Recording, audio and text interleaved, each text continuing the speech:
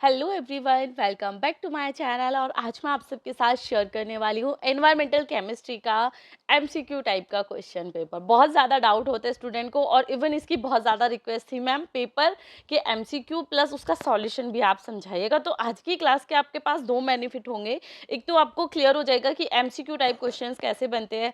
Second thing, मैं solution भी provide करूँगी। एंड नेक्स्ट जो एक्स्ट्रा थिंग आपको मिलने वाली है वो है कि उस सॉल्यूशन क्यों है वो क्वेश्चन का, तो उस टॉपिक को भी मैं आपको थोड़ा सा समझाने वाली हूँ। तो एक समरी टाइप की आपकी ईवीएस की आपके सामने तैयार हो जाएगी। मैं समीक्षा और मैं आप सबके साथ शेयर करती हूँ आपके सभी क्वेश्चंस के डाउट एमएससी केमिस्ट्री रिलेटेड। तो चलिए स्टार्ट करते हैं without any further do. Firstly we will go with EVS, ठीक है, यानी कि एनवायरमेंटल केमिस्ट्री। वैसे तो अदर सब्जेक्ट्स के भी मैं कराने वाली हूँ, बट अभी हम ईवीएस का डिस्कस करेंगे। अगर आपकी रिक्वेस्ट होगी और आपको अदर सब्जेक्ट्स भी चाहिए होंगे तो आप मुझे कमेंट करके बता देना। आपकी रिक्वेस्ट को हमेशा पूरा किया जाता है। हैंड रिटन नोट्स आपको हर एक सेमेस्टर की एंड प्लस क्लासेस भी मिल जाती है, तो प्लेलिस्ट बनी हुई है, वहां पे आप चेक कर लीजिएगा, ठीक है। Now we will go with question number 1। Which gases occur in trace amount in atmosphere, ठीक है। यानी कि हिंदी भी पढ़ सकती हो। एमसीक्यू क्वेश्चन का एक बेनिफिट आपके लिए है कि आपको ना हिंदी भी साथ में मिल रही है, तो जिन्हें इंग्लिश में क्वेश्चन ना आए वो थोड़ा सा इंग्लिश में भी समझ सकते हो, वो कोई प्रॉब्लम नहीं है। बट इस क्वेश्चन का मतलब है कि कौन सी जो आपकी गैसेस हैं वो जो सबसे कम एनवायरनमेंट में मिलती हैं, लाइक सबसे कम हम बोल सकते हैं जिसकी अमाउंट सबसे कम हो, ठीक है। आपको पता है हीलियम और नियॉन पहले से करते आ रहे हैं ना, हीलियम नियॉन क्रिप्टॉन है ना, तो वो चीज़ें क्या है वो हमें ऑलरेडी पता है। तो हीलियम और नियॉन सबसे कम होते 0.03% होते हैं, ठीक है। Second question, which of them is aerosol या और एरोसोल, ठीक है। तो एरोसोल क्या होता है? एरोसोल होता है छोटे छोटे पार्टिकल्स का एक साथ आके एक एनवायरनमेंट क्रिएट कर देना, और वो आपका आंसर जाएगा स्मोक के साथ, ठीक है। नेक्स्ट क्वेश्चन है, white lung cancer is caused by. देखिए, जो वाइट लंग कैंसर है वो आपको होता है सिलिका से। अगर आप कोई भी ऐसा आइटम खा रहे हो, आपकी बॉडी में वो जा रहा है, तो दस जस्ट बिकॉज ऑफ सिलिका, तो सिलिका की वजह से आपका जो वाइट लंग कैंसर है होता है। प्लस आपके लिए एक और भी यूजफुल है, पता है, हमेशा देखो टॉपिक एक है, उसमें से कितने क्वेश्चन बना लेगा एग्जाम वाला, तो मे बी अभी जो आपके एग्जाम आएंगे वो सेम क्वेश्चन रिपीट होके आपको मिल जाए, ठीक है। तो काफ़ी क्वेश्चन आपको रिपीट केस पे भी मिल सकते हैं। एंड मोस्ट इंपॉर्टेंट थिंग, बच्चे क्या करते हैं, सोचते हैं एमसीक्यू क्वेश्चन है तो हमें थ्योरी क्यों पढ़नी है। बच्चे अगर थ्योरी नहीं पढ़ोगे तो पेपर कभी भी अच्छे से अटैम्प्ट नहीं करोगे। अब देखो, ये क्वेश्चन है वाइट लंग कैंसर, ठीक है। एरोसोल है, हमने आपको एरोसोल पढ़ाया है, व्हाट इज एरोसोल, उसमें हमने वो डिटेल डिस्कस की है। तो जब तक वो डिटेल आप नहीं पढ़ोगे तो आपको कभी भी एमसीक्यू समझ ही नहीं आएंगे। आप एक टॉपिक की 5 से 6 लाइन पढ़ते हो, उसमें से शायद किसी से भी एमसीक्यू बन के आ जाएगा। तो जब तक थ्योरी नहीं पढ़ोगे समझ नहीं आएगा। और डायरेक्ट यहाँ पढ़ लिया एरोसोल क्या है, धुआं है, बट एरोसोल की और भी तो डेफिनेशन होगी और भी तो इंट्रोडक्शन होगा, तो मे बी अगली बार वहां से क्वेश्चन आ जाए। तो इसलिए थ्योरी पढ़ो, नोट्स लो, जो आपको अच्छे नोट्स प्रोवाइड कराता है आपके कॉलेज में, अगर अच्छे से क्लासेस होती हैं तो वहां से भी ले सकते हो, जरूरी नहीं है मेरे से लो, वो टोटली आप पे डिपेंड करता है, ठीक है। बट आपके पास नोट्स होने चाहिए बच्चे। अभी ये आपका लास्ट टाइम है स्टडी का, ठीक है। कुछ लोग बीएड करेंगे, बट जो आपकी एक प्रैक्टिकल होती है जो आप पहले से करते आ रहे हो, लाइक आपको पढ़ना है, पेपर देना है, वो लास्ट स्टेज है। तो जितनी अच्छे से मार्किंग ला सकते हो कोशिश करो अभी ले आओ।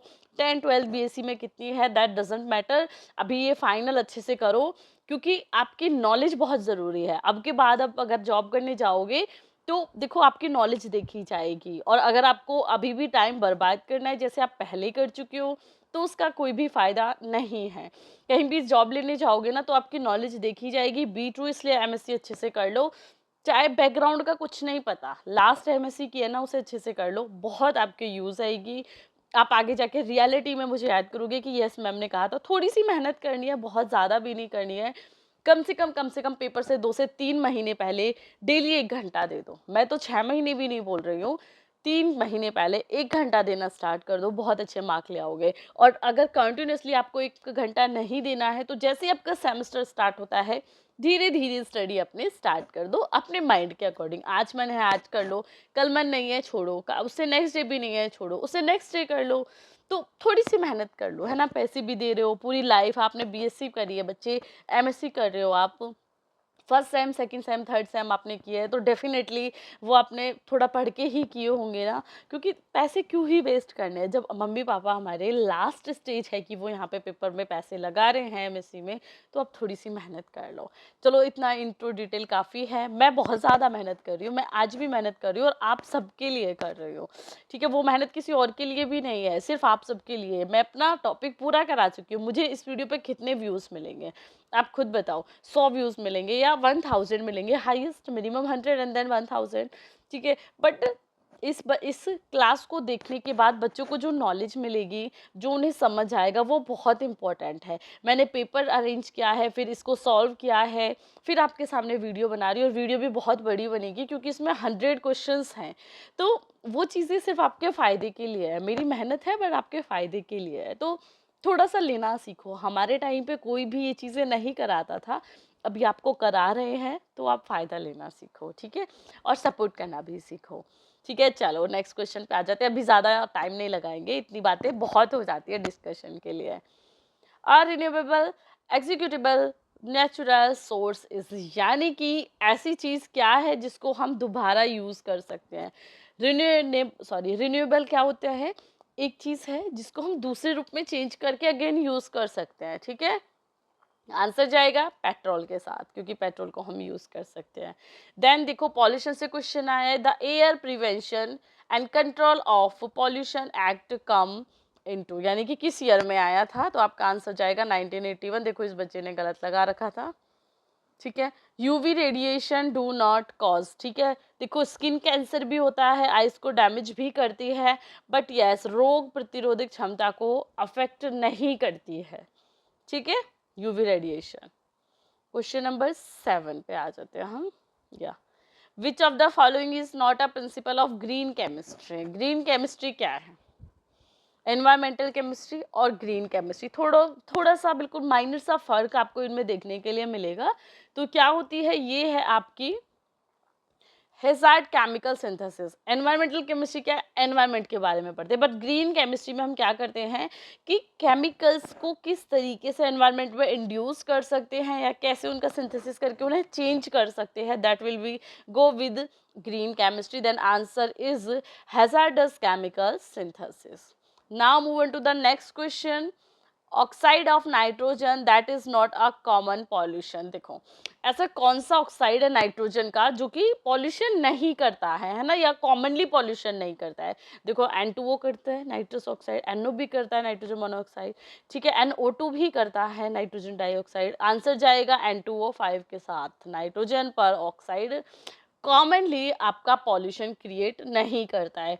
अब जब इस क्लास को आप एक बार देखोगे, फिर पेपर से पहले देख लेना अगर आपकी एनवायरमेंटल है, चाहे सेकंड सेम में फोर्थ सेम में, ये क्वेश्चन ना आपके माइंड में बैठ जाएंगे। तो एक बार कोशिश करो, थोड़ी सी मेहनत की, उतनी टफ चीज़ें नहीं हैं, ठीक है। देखिए the coldest region of atmosphere, ये जो मैंने नोट्स पढ़ाए हैं ना जिसमें लेयर्स पढ़ाई है उसमें क्लियर किया था, तो mesosphere is the coldest region, ठीक है।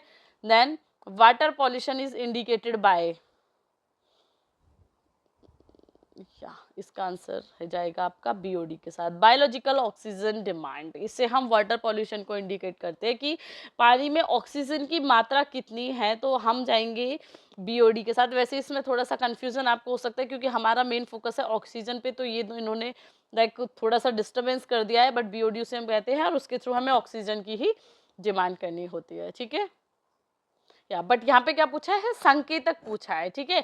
अगर आंसर होता आपका कि किसकी मात्रा से इंडिकेट करते हैं तो अमाउंट ऑफ ऑक्सीजन जाता, बट हम किससे करते हैं, BOD यानी कि बायोलॉजिकल ऑक्सीजन डिमांड के थ्रू ही तो हम वाटर पॉल्यूशन देखते हैं कि वो कितनी है, ज़्यादा है तो वाटर ज़्यादा पॉल्यूटेड है, नॉर्मल है तो पॉल्यूटेड नहीं है, तो इसलिए आंसर जाएगा आपका BOD के साथ, ठीक है।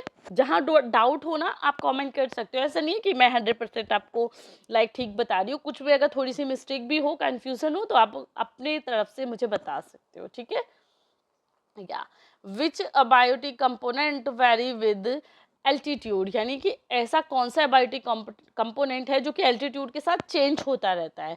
देखिए टेम्परेचर आपका हमेशा चेंज होता रहता है, आप किसके साथ भी करो, और वैसे भी इसमें तो आपको पढ़ने की भी ज़रूरत नहीं है, एनवायरनमेंट में थोड़ा सा माइंड भी लगाओगे ना तो भी पेपर अटैम्प्ट कर पाते हो। फॉर एग्जाम्पल हम यहाँ पे हैं, हम थोड़ा ऊँचे जाएंगे क्या होता है, पहाड़ों की साइड हम जाते हैं, वहाँ पे हम ऊंचाई पे जाते हैं तो टेम्परेचर कम होता चला जाता है। तो टेम्परेचर तो इजीली आपका ऊंचाई के साथ चेंज होता है, तो आंसर बहुत इजी आपको इसका मिल जाएगा। Next, which among the following crop would enhance the nitrogen content in soil, यानी कि ऐसी कौन सी फसल है जो हमारी नाइट्रोजन की मात्रा को बढ़ा देती है अगर हम उसकी खेती करते हैं। तो मटर जाएगा आपका। क्यों? क्योंकि उसकी जो जड़ें हैं उसमें नाइट्रोजन फिक्सेशन का काम आपके बैक्टीरिया करते हैं। ठीक है। Next question, the transition layer above the mesosphere is known as the mesopause. ठीक है। या then carbonyl diester happened in 1987। पूरा नोट्स है, पूरी एक नॉट एक लाइन, सॉरी, एक पेज का मैंने ये क्वेश्चन आंसर कराया हुआ है, तो वहाँ पे ये टॉपिक भी आपको मिल जाएगा। Then air pollution by automobiles. ठीक है, कौन सा एयर पॉल्यूशन ऑटोमोबाइल्स के थ्रू होता है, तो answer will be go with NO। ठीक है। देन थोड़ा जल्दी कराने की कोशिश कर रही हूँ कि आपका ज़्यादा टाइम ना जाए। ठीक है। नेक्स्ट क्लासेस चाहिए तो प्लीज़ मुझे बताना ज़रूर। One that is not a green house gas. ठीक है, ग्रीन हाउस गैस कौन सी नहीं है, तो नाइट्रस ऑक्साइड नहीं है, मीथेन भी है, ओजोन भी है, सल्फर डाइऑक्साइड भी है। ठीक है, तो आंसर जाएगा नाइट्रस ऑक्साइड के साथ। स्क्रीनशॉट भी ले सकते हो, वैसे मैं ये टिक किया हुआ ना आपको अपने व्हाट्सएप पे शेयर कर दूंगी। अगर आप लोग क्लास देखो और फिर व्हाट्सएप पे मुझे मैसेज करोगे तो मैं आपको ये पर्सनली सॉल्व किया हुआ पेपर सेंड कर दूंगी, जिससे कि आपको रियलिटी में हेल्प हो। ठीक है, अब जिन्होंने यहाँ तक वीडियो देखी है उन्हें ये पॉइंट पता चलेगा कि ये सॉल्व हुआ पेपर हमें मिल जाएगा, हम मैम को मैसेज करेंगे। इसलिए क्लासेस को देखो, ये क्लास मेरे फ़ायदे के लिए उतना नहीं है जितना अपने आपके फ़ायदे के लिए है, तो please just watch complete classes. ठीक है। Next point, which of the following is a sink of for CO। ठीक है, यानी कि CO के लिए कौन सा सिंक है, तो देखिए ये होता है micro organism present in soil. यानी कि माइक्रो ऑर्गेनिज्म में जो सॉइल में आपके माइक्रो ऑर्गेनिज्म प्रेजेंट होते हैं उनके लिए सिंक क्या होता है, तो हमारा जाएगा CO। Main source of soil and water pollution is definitely thermal power station, सबसे ज़्यादा होता है। ठीक है। Then temperature range of troposphere, ये होती है आपकी 15 to 56 डिग्री सेल्सियस। ठीक है। ठीक है, तो अभी हम आ जाते हैं क्वेश्चन नंबर 20 पे, that will B macro nutrient in soil, यानी कि सॉइल में पाने जाने वाले माइक्रो न्यूट्रिएंट कौन से होते हैं, तो देख macro nutrient, not micro, it's macro nutrient. तो मैक्रो आपका सल्फर होता है, पोटेशियम होता है, कोबाल्ट आपका माइक्रो होता है, तो हम आंसर टिक कर देंगे D, A और B। ठीक है। Then lithosphere means exterior surface of earth. ठीक है, बहुत अच्छा क्वेश्चन है, ये मैंने कराया हुआ है आपको। ठीक है, ये सभी ना थ्योरेटिकल पोर्शन में करा रखे थे 21 या 22। The study of reduction of pollution using different principle is known as a, answer आपका जाएगा इसमें या CEVS, यानी कि एनवायरमेंटल केमिस्ट्री के साथ, है ना, क्योंकि एनवायरमेंट में ही हम फोकस करते हैं पॉल्यूशन पे, ग्रीन केमिस्ट्री में नहीं करते। नेक्स्ट क्वेश्चन है आपका, the e-waste generated by mobile phones has an abundance of dash metal, तो आंसर आपका कॉपर के साथ जाएगा। ठीक है, यानी कि ऑटोमोबाइल्स के थ्रू कौन सा निकलता है आपका अपशिष्ट। हिंदी इंग्लिश में पढ़ सकते हो, जो हिंदी वाले बच्चे ना अभी वो खुश हो जाओ, MCQ में आपके लिए फ़ायदा है, बट कैस पढ़ना आपको इंग्लिश में। आप मेरी क्लासेस देखोगे तो आपको सच में बच्चे हिंदी इंग्लिश का फ़र्क पता नहीं चलेगा, वो क्लासेस इतनी कंफर्टेबल टोन में होती है कि आपके पॉइंट्स क्लियर होंगे। Next, which of the following is a major cause of environmental degradation, यानी कि पर्यावरण क्षरण का सबसे इंपॉर्टेंट पॉइंट क्या है, तो इम्प्रॉपर वेस्टेज डिस्पोजल। ये जनरल से क्वेश्चन है जो हमने पॉल्यूशन में भी किए थे। देखो इसका क्वेश्चन का आंसर कैसे निकालोगे, हम क्या करते हैं, वेस्टेज को अच्छे से नहीं करते, जैसे कि प्रोसेस होती है बर्न कर दो, बर्न करोगे तो उसमें से भी आपका एनवायरमेंटल पॉल्यूशन हो रहा है। क्यों? क्योंकि वो आपका एयर पॉल्यूशन हो रहा है, तो कहीं ना वेस्टेज डिस्पोजल की जो टेक्निक है वो अच्छे से नहीं है, इसी वजह से आपके एयर पॉल्यूशन होता है। Next question, aerosol present are negative charge, positive charge, neutral और ऑल ऑफ अबव। आंसर जाएगा ऑल ऑफ अबव, क्योंकि पॉजिटिव भी होते हैं, न्यूट्रल भी होते हैं, सॉरी नेगेटिव भी होते हैं और न्यूट्रल भी होते हैं। Then next question, plant absorb N2 in the form of, हमेशा नाइट्रेट्स की फॉर्म में एब्जॉर्ब करते हैं। ठीक है। Identify the substance that is not a organic toxin, तो हाइड्रोजन सल्फाइड आपका ऑर्गेनिक टॉक्सिन नहीं है।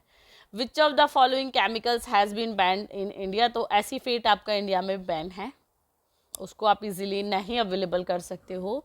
Next question, maximum limit which of the following is drinking water 50 ppb, यानी कि पीने के पानी में वो कौन सा आपका केमिकल आप बोल सकते हो जिसकी मात्रा 50 से ज़्यादा नहीं हो सकती, तो किसकी नहीं हो सकती, नाइट्रेट्स की नहीं हो सकती।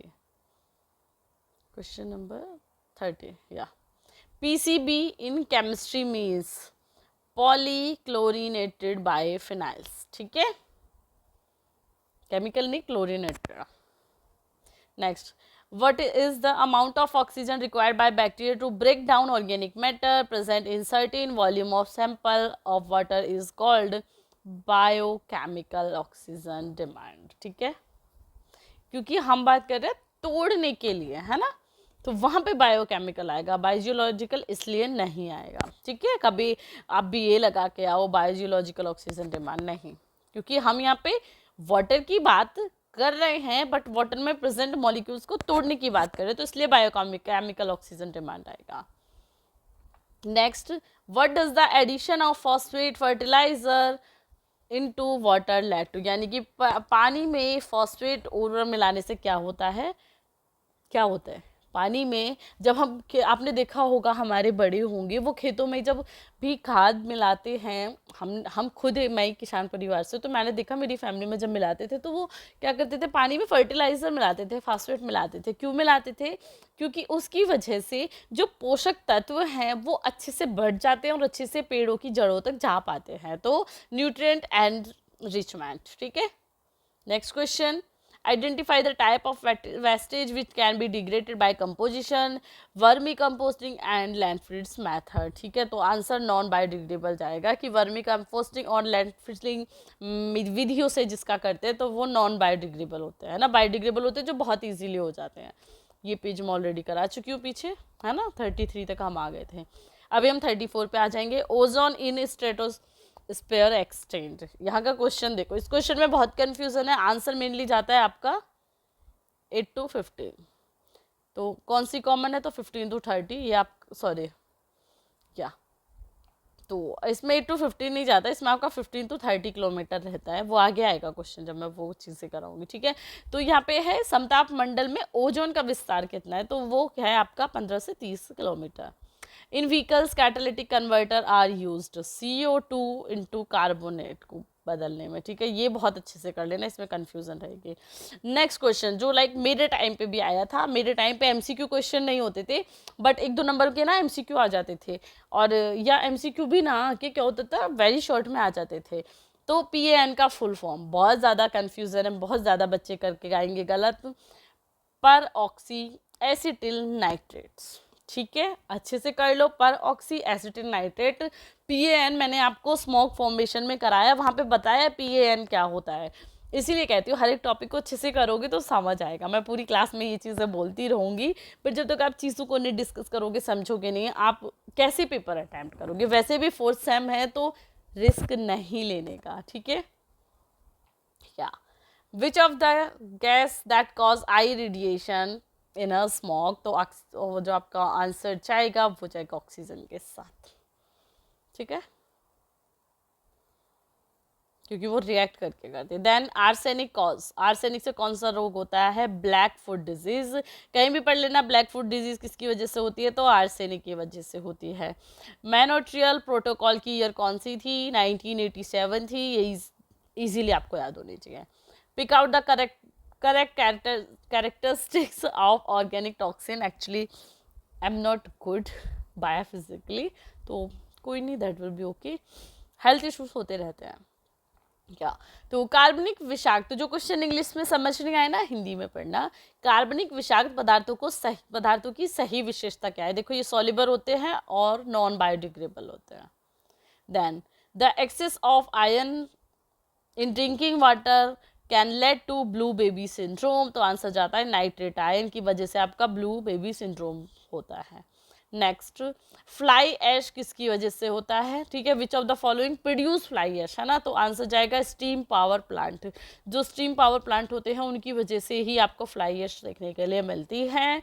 Next question, the Montreal protocol refers to global warming and climate change, है ना।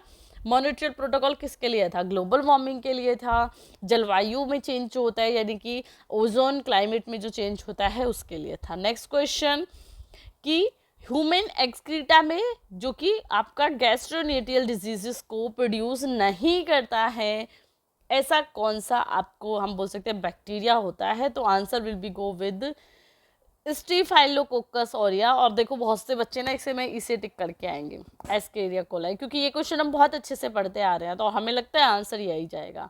तो आंसर यही जाएगा पे ना जाके थोड़ा पढ़ के करके आओ, ठीक है। स्टेफिलोकोकस ऑरिया, ठीक है, याद रखना।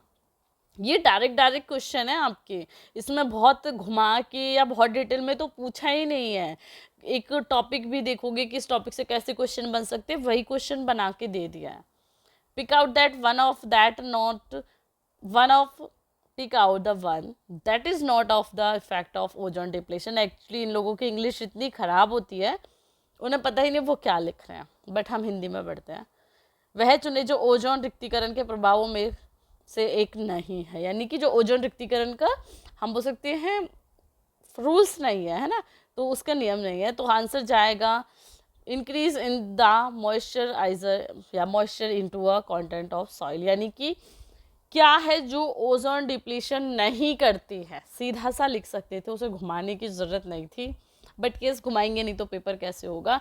इंग्लिश में बहुत ज़्यादा नॉट और दी लगा रखा है जो कि नॉट राइट, तो हम हिंदी में नहीं जाते हैं, इंग्लिश में नहीं जाते हैं, हिंदी में करते हैं। तो आंसर जाएगा कि जो ओजोन डिप्लेशन है वो ये नहीं करती है कि भाई पौधों में या मिट्टी में नमी बनाएगी। क्यों बनाएगी? उसे तो बिगाड़ना है ना, अच्छा थोड़ी ना करना है, right. Next question, identify the viable pollution from the following, ठीक है, यानी कि व्यवहार्य प्रदूषक तो होता है fly ash. Minamata disease is cause due to present of mercury in water, ठीक है, मिनीमाता मर्करी की वजह से हुई थी। The rain is called acid rain when the pH is below 5.6, ये आंसर 5.9 होता है वैसे, बट यहाँ पे 5.9 आपका आंसर नहीं है, तो जो इसके सबसे अप्रॉक्स होगा हम उसको टिक कर देंगे, तो आंसर 5.6 जाएगा। Next, where does the ozone hole occur, तो ये आपका स्ट्रेटोस्फीयर में होगा, ठीक है। Next question, which of the following is suitable to climate for photochemical smoke to occur, तो ड्राई एंड वार्म में आंसर जाएगा। Which of the following is secondary pollutant, तो ऑर्गेनिक नाइट्रोजन ऑक्साइड आपका आंसर जाएगा, ठीक है। The thickness of ozone is measured, बहुत अच्छा है, DU की फॉर्म में हम इसकी थिकनेस को नापते हैं। अभी मैं टाइम ज़्यादा नहीं लगाऊंगी, थोड़ा जल्दी सॉल्व करते हैं क्योंकि समझाने की चीज़ें होंगी वो हमें समझा दूंगी। विच of the following is not a bio indicator of water pollution, यानी कि ब्लड वॉर्म जिसे हम खून के कीड़े कहते हैं, ये आपके पॉल्यूशन को इंडिकेट नहीं करते हैं। क्लियर दिख रहा है? या देखो क्लास को अच्छे से देखो, आपको सच में आपने ना कुछ भी तैयारी नहीं की ना पूरी साल, तो ये 1 से 2 क्लासेस देख लेना मेरी। अभी तो मैं शायद हर एक पेपर की एक ही शेयर कर रही हूँ, बट इम्पॉर्टेंट जो मैंने थ्योरी समझा रखी है वो समझो, आपको बहुत कुछ अच्छा मटेरियल मिलेगा। The two gases making highest relative contribution to greenhouse, CO and CH4, sorry CO2 and CH4. Which of the following alkane has largely replaced the ozone layer depletion? Methane in household refrigerator. तो ऐसी कौन सी gas है जो हमारे सबसे बड़ी मात्रा में तो ओजोन की सतह को ख़त्म कर रही है, प्लस रेफ्रिजरेटर और फ्रीजर में भी होती है, तो ब्यूटेन आंसर जाएगा। जहाँ पे फ्रिज की बात आ गई ना, ब्यूटेन आँख बंद करके लगा देना। Which among the following has the most important role in ozone depletion, तो आंसर जाएगा क्लोरीन के साथ। या the pollution due to oxide sulfur get excited due to the presence of particular matters, ozone, hydrogen peroxide, सभी की वजह से होते हैं चेंज, तो ऑल ऑफ अबव इसका आंसर जाएगा, ठीक है। ये पेज करा दिया मैंने, 58 क्वेश्चन पे आ जाते हैं, ठीक है।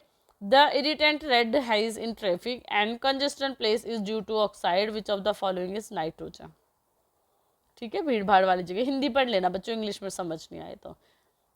Increase in concentration of the toxicant at successive tropic level is called biomagnification, ठीक है। बायोमैग्निफिकेशन क्या होता है अलग से समझाया हुआ है। 3 Mile Island is famous for nuclear accident, है ना। 3 Mile Island में क्या हुआ था? यही पूछा है। Environment protective act protects and improve quality of air की, वाटर की, सॉइल के, है ना। पॉल्यूशन एक्ट इसीलिए तो था कि सब में जो पॉल्यूशन है हमारा एयर वाटर एनवायरमेंट में वो सब चेंज हो जाए। The prime contaminants of sewage water which act as a plant nutrient is nitrate and phosphate, क्योंकि फिक्सेशन का काम करते हैं नाइट्रोजन को। What is called for the pollution that can be treated directly for in industrial area? Answer जाता है औद्योगिक प्रदूषण, है ना। इंडस्ट्री से जो पॉल्यूशन निकलता है उसे क्या कहते हैं? तो इंडस्ट्रियल पॉल्यूशन कहते हैं। ठीक है क्या?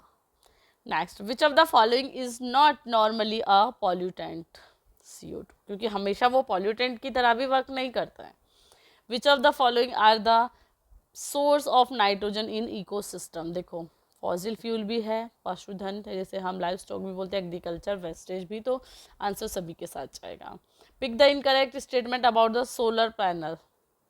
उनकी मरम्मत जरूरी है, दे नीड रेगुलर मेंटेनेंस। ठीक है, तो ये इसमें गलत है क्योंकि उन्हें ज़रूरी नहीं है मेंटेनेंस की। ठीक है, ठीक है, तो आपको रेगुलर मेंटेनेंस की नीड आपकी नहीं होती है सोलर पैनल्स में। Next, radio carbon dating technology is mainly used in fossil. ये क्वेश्चन मैंने आपको कराया हुआ था कि रेडियो डेटिंग क्या होती है। अगर आप कहीं भी कार्बन रेटिंग रेडियो रेटिंग की बात करोगे, सॉरी डेटिंग की, तो वहाँ पे चीज़ें ना बहुत क्लियरली आंसर होगा कि फॉसिल के लिए यूज़ की जाती है। सबसे पहले हम यही पढ़ते हैं कि किसके लिए यूज़ की जाती है। Okay, yes. Which of the following is not a green house gas? तो आंसर किसके साथ जाएगा? इनमें से कोई नहीं। ठीक है, is not a green house gas. Question अच्छे से पढ़ना। अगर आपने ये पढ़ लिया ना कि ग्रीन हाउस गैस कौन सी है, तो सोचोगे कार्बन डाइऑक्साइड भी है, CFC भी है, हाइड्रोजन नहीं है, बोल दोगे हाइड्रोजन नहीं, आंसर इसे लगा दोगे, क्वेश्चन गया। तो है कि ग्रीन हाउस गैस नहीं है, यानी कि देखो ये भी है, ये भी है और ये भी है, तो नन ऑफ अबव। ठीक है, yes. The amount of CO2 should not cross the delegation proportion of which is following this 0.03, जो कि आपकी CO2 की मात्रा सबसे कम होती है, क्योंकि ये ज़्यादा नहीं होनी चाहिए। आंसर एक catalytic converter, none of above. क्यों? कैटालिटिक कन्वर्टर क्या होता है? वो होता है CO प्लस O को CO2 में कन्वर्ट करने वाला, ना कि CO2 से CO में जाने वाला, ना ही NO2 से N में जाने वाला, ना ही रिड्यूस लाइट। तो ये ऑक्सीडेशन करता है, तो इसलिए इसका आंसर जाएगा नन ऑफ अबव। ठीक है, पढ़ लेना, ये टॉपिक है। Then photochemical smog do not contain CO, क्योंकि पेन भी होता है, CON भी होता है, ओजोन भी होता है, तो CO नहीं होता। CNG is better than petrol and diesel, why? क्योंकि चीप भी है, बर्न मोर इफिशिएंटली, ठीक है, और बहुत ज़्यादा जो आपका वेस्टेज होता है वो नहीं बचता, और सस्ती भी होती है। ठीक है, if green house effect do not there on earth had not there on earth the average temperature would be. अगर ग्रीन हाउस इफेक्ट नहीं होता तो मेनली जो टेम्परेचर वो -18 डिग्री सेल्सियस होता। बहुत अच्छा क्वेश्चन है। -18 डिग्री उतना अच्छा नहीं होता temperature, but yes answer -18 degree के साथ जाएगा। अगर ये 15 होता तो कितना अच्छा होता हमारे लिए। अभी हमें रहना कितना मुश्किल हो रहा है ना गर्मी में, but that will B okay. Okay, आप बता सकते हो कि आपको फेस के साथ वीडियो देखनी, क्लास देखनी कैसी लगती है, एंड विदाउट फेस कैसी लगती है? 4 साल से बिना फेस कैप के सामने मेहनत कर रही हूँ, बट ओके, कभी कभी आपके मेहनत को उतना सपोर्ट नहीं मिलता, बट टाइम आने पे मिलता है। कहते हैं ना, भगवान किसी की मेहनत नहीं रखता, तो वो नहीं रखता है। इस विश्वास के साथ अपनी मेहनत करते जाओ, फल तो देखी जाएगी, जब भगवान को देना होगा तब दे देंगे। Next, which one of the following industries produce SO2 and fly ash a pollution? तो thermal industry. Which of the following is not a mechanical mean of treating industry effluent? तो सेडिमेंटेशन। ठीक है, pick out the source of organic wastage pollution, answer जाएगा discharge from the food processing factory. What is an essential source of pollution called? Point source उसे हम बोलते हैं। 77, now 78, the blue baby syndrome is result of methaemoglobin. ठीक है, चिपको आंदोलन is किसके संरक्षण में था? उस क्वेश्चन को पूरा पढ़ने की जरूरत नहीं है, फॉरेस्ट के में था। ठीक है, बायोडिग्रेडेबल कौन सा है? सेलुलोज है। मेजर कॉन्स्टिट्यूएंट्स ऑफ बायोगैस, हमेशा मीथेन होगा। बायोगैस क्या होती है? बताना आप कमेंट करके, बहुत पहले पढ़ी थी मैंने भी।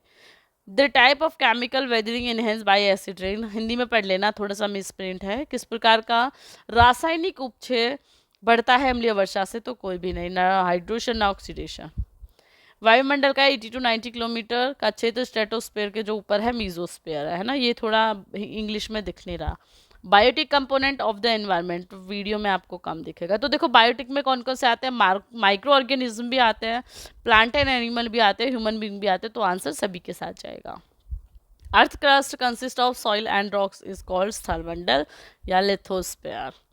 विच which biogeochemical cycle is not part of ecosystem? Carbon cycle भी बताया मैंने, नाइट्रोजन साइकिल भी पढ़ा है, ऑक्सीजन साइकिल भी पढ़ा है, पोटेशियम साइकिल पढ़ाया था? नहीं पढ़ाया था, क्योंकि वो है ही नहीं। तो आंसर क्लियर हो गया। Pollutant release from iron and steel industry, तो carbon monoxide, carbon dioxide, sulphur dioxide, ठीक है। Eutrophication is often seen in fresh water, है ना, यूट्रोफिकेशन की प्रोसेस देखना फ्रेश वाटर में कराई जाती है। Kyoto protocol was endowed in support of optimal third, ठीक है, ये हिंदी में भी थर्ड भी लिखा सकता है, तो देख लेना। Green solvent use to bleach, या हरा विलायक जिसका उपयोग ब्लीच के लिए होता है, हाइड्रोजन पेरोक्साइड आपका ब्लीचिंग एजेंट हम बोलते हैं, ब्लीच के लिए यूज़ होता है। आप जो कलर करते हो अपने बालों पे, आईब्रोज कलर करते हो, ठीक है, वो हमेशा किसके लिए क्या होता है, हाइड्रोजन पेरोक्साइड उसमें यूज़ होता है। आप जो ब्लीच करते हो फेस पे, उसमें भी हाइड्रोजन पेरोक्साइड की जो एक्टिवेटर की तरह वो यूज़ कराते हैं ना, वो भी हाइड्रोजन पेरोक्साइड होता है। तो अभी पूछ लेना अपने घर में थोड़ा सा, अगर आपको केमिस्ट्री दिखानी है तो, कि भाई इसमें क्या मिला हुआ है, हाइड्रोजन पेरोक्साइड, क्योंकि वो फेस के जो ब्लैक या ब्राउन बाल, सॉरी, जो ब्लैक या वाइट बाल होते हैं उन्हें ब्राउन कर देता है, वो ब्लीच में भी आपका हाइड्रोजन पेरोक्साइड होता है। ये चीज़ें ना बहुत पहले आपको पता होनी चाहिए, मुझे भी बहुत पहले से पता थी। I am not preferring my self कि मैं बहुत अच्छा पढ़ा रही हूँ या मैं बहुत अच्छा मेरे को आता है, बट मेरे टीचर्स ने जब ये ट्रिक मैंने मुझे बताई ना, मैंने आपको भी क्यों बताया ऐसे बोल के एग्जाम्पल देके कि घर में पूछ लेना, या यहाँ पे बालों को करते हैं, बाल हेयर पे करते हैं, आईब्रोज के करते हैं, जिससे कि अब आपको याद रहेगा। जिन बच्चों ने भी ये क्लास यहाँ तक देखी है ना, वो कभी भी ब्लीचिंग एजेंट को नहीं भूलेंगे कि ब्लीचिंग एजेंट किसे कहते हैं, हाइड्रोजन पेरोक्साइड को। क्या क्या करता है, कलर, लाल बाल, काले काले तो है ही, सॉरी, लाल करते हैं हम, ग्रे करते हैं, अभी गोल्डन का बहुत ज़्यादा ट्रेंड चला था, तो वो सब उसमें हाइड्रोजन पेरोक्साइड होता है, ठीक है। Chemical used for artificial rain, silver iodide, बहुत अच्छा क्वेश्चन है। टीवीज में जो आपकी वर्षा कराते हैं, फेक बारिश हम जिसे बोलेंगे, तो वो आपकी सिल्वर आयोडाइड होती है, ठीक है। 92 BOD है, क्या है इनमें से? कोई नहीं, बायोलॉजिकल ऑक्सीजन डिमांड है। इम्पोर्टेंस ऑफ फोटोसिंथेसिस, फोटोसिंथेसिस में क्या चाहिए, आयरन चाहिए भाई, ग्रीन प्लांट में होना है, प्लांट में आपको पता है आयरन होती ही होती है। Non renewable source of energy, no one, ठीक है। 95 which method is best suitable for disposing the plastic wastage and polythene bag, तो पुनर्चक्रण, recycling. Then identify the non toxic and green solvent, टॉलवेंट, ठीक है। When did the Ganga action plan start, तो 1986 में। ये तो डाइट याद करने पड़ेंगे। Micro nutrient present in soil, zinc भी है, निकल भी है, बोरोन भी। आज मेरी ना टंग स्लिप बहुत ज़्यादा हो रही है, तो वो थोड़ा सा देख लेना, ठीक है। ऑल ऑफ द फॉलोइंग आज free living and two fixers except. अब देखो बहुत अच्छा क्वेश्चन है, मैंने भी जब क्वेश्चन पढ़ा था ना, इवन मैं भी एक सेकंड के लिए डाउट में आई थी, मुझे दोबारा से पढ़ना पड़ा था कि कौन से को छोड़ के जो अदर हैं वो आपके नाइट्रोजन फिक्सेशन का वर्क करते हैं, कौन से को छोड़ के। ये नहीं पूछा कौन सा करता है, आप सोचोगे एजोबैक्टर भी करता है, क्लास्ट्रोडियम भी करता है, और राइजोबियम भी पढ़ा है कहीं कहीं, तो कौन सा नहीं करता बच्चे? ये दोनों करते हैं और ये नहीं करता, तो आंसर राइजोबियम हो जाएगा। लास्ट क्वेश्चन, ट्रोपोस्फियर इज कितनी है? 1 to 11 किलोमीटर, ठीक है। इसमें था वो क्वेश्चन, कितने से था वो? था आपका 8 to 9।